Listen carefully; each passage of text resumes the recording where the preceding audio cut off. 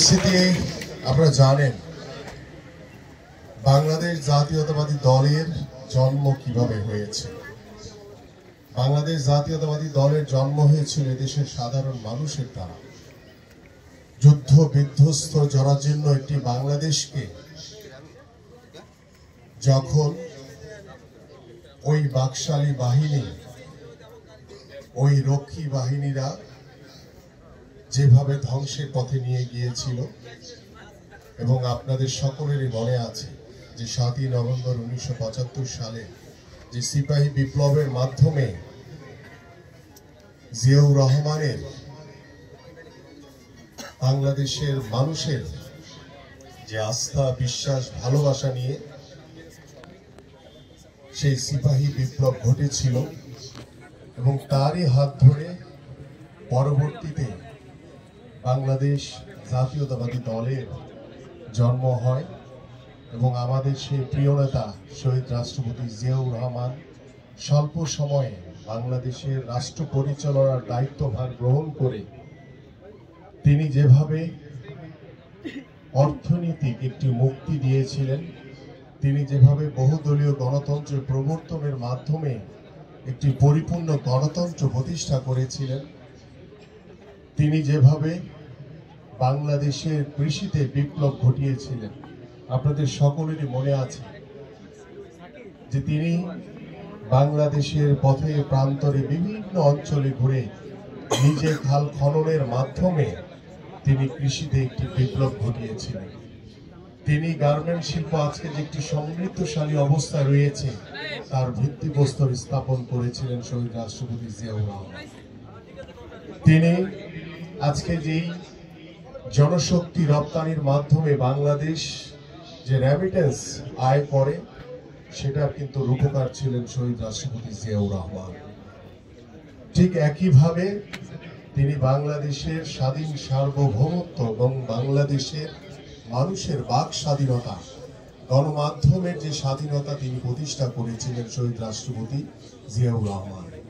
আমরা এমন এক নেতার দল করি, আমরা এমন এক নেতা আদর্শকে ধারণ করে দল করি, যে দল সব সময় এদেশের সাধারণ মানুষের পক্ষে কথা বলেছে, এদেশের সাধারণ মানুষের কল্যাণের জন্য কাজ করেছে, এদেশের সাধারণ মানুষের উন্নয়নের জন্য কাজ করেছে।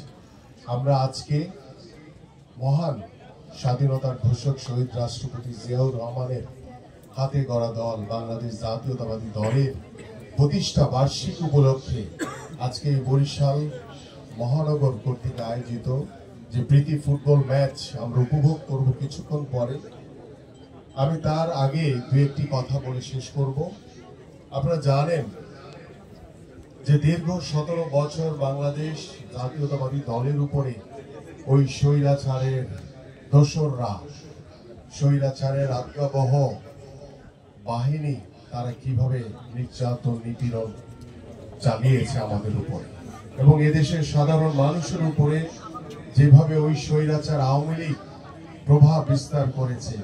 কেউ সত্য কথা বলতে পারতো না, যদি কেউ সত্য কথা বলতো সাথে সাথে তার বিরুদ্ধে হামলা, মামলা এবং তাকে মামলা দিয়ে জেলে প্রেরণ করা হতো।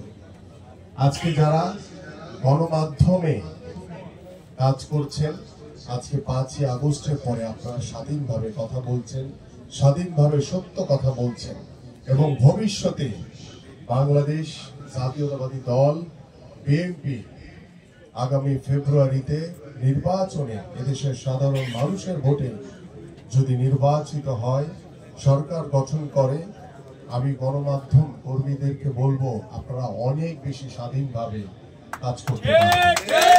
এবং আমরা বিশ্বাস করি ওই স্বৈরাচার গণমাধ্যমকে গলা টিপে হত্যা করে ফেলেছিল, কারণ তারা সত্য কথা বলতে পারতো না গণমাধ্যমের কর্মীরা। আজকে দেখেন গত ১৭ বছর আমরা দেখেছি মসজিদ, মাদ্রাসা যারা ইমাম, যারা খতিব, তাদেরকে চিরকুট দিয়ে দেওয়া হতো যে কি দোয়া পড়বে কি পড়বে না। মসজিদ তো আল্লাহর ঘর, সেখানে সবাই দোয়া চেতে পারে, কিন্তু সেই স্বৈরাচারের দোসরের কারণে যদি কোনো ইমাম বা খতিব খুতবায় কিংবা কোনো দোয়াতে ভুলে কোনো তাদের নির্ধারিত চিরকুট ছাড়া দোয়া পড়েছে, তাদের বিরুদ্ধে মামলা হামলা দিয়ে তাদেরকে জেলে প্রেরণ করেছে।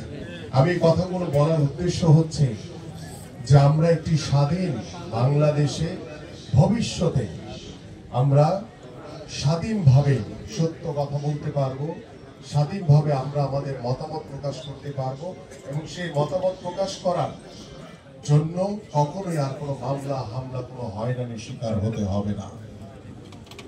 আমরা আজকে যে খেলার মাঠে উপস্থিত হয়েছি, আপনারা ইতিমধ্যে অনেকেই জেনেছেন আমাদের মাননীয় ভারপ্রাপ্ত চেয়ারম্যান জনাব তারেক রহমান বাংলাদেশের ক্রীড়াঙ্গনকে সর্বোচ্চ গুরুত্ব দিয়ে তিনি ইতিমধ্যে আমরা আমাদের চেয়ারম্যান মহোদয়ের নির্দেশনায় আমরা 5ই আগস্টের পর থেকে জিয়া ক্রিকেট টুর্নামেন্ট আমরা শেষ করেছি। আমরা আরাফাত রহমান কোকো স্মৃতি ফুটবল টুর্নামেন্ট আমরা শেষ করেছি। আমরা ঢাকা মহানগর উত্তর বিএনপি কর্তৃক আয়োজিত আন্তঃথানা ফুটবল টুর্নামেন্ট আমরা ফাইনালের অপেক্ষায় রয়েছি এবং ঠিক একইভাবে সারা বাংলাদেশের প্রত্যেকটি প্রত্যন্ত অঞ্চলে, জেলা, উপজেলায়, ইউনিয়নে সব জায়গাতেই ফুটবল, ক্রিকেট থেকে শুরু করে বিভিন্ন আমাদের যে জাতীয় খেলাগুলো রয়েছে সেই খেলাগুলো আমরা অনুষ্ঠিত করছি। আমরা এটাকে এত বেশি গুরুত্ব দিচ্ছি, অন্যতম কারণ হচ্ছে যে আপনারা জানেন গত 17 বছর ওই স্বৈরাচার সরকার আমাদের সন্তানদের, আমাদের যুব সমাজকে মাদকের দিকে ঠেলে দিয়েছে। সেই মাদক থেকে আমাদের সন্তানদেরকে মাঠে আকৃষ্ট করে আমরা একটি মাদক মুক্ত সমাজ গড়তে চাই, আমরা একটি মাদক মুক্ত বাংলাদেশ করতে চাই এবং আমাদের মাননীয় ভারপ্রাপ্ত চেয়ারম্যান জনাব তারেক রহমান ইতিমধ্যে সিদ্ধান্ত নিয়েছে।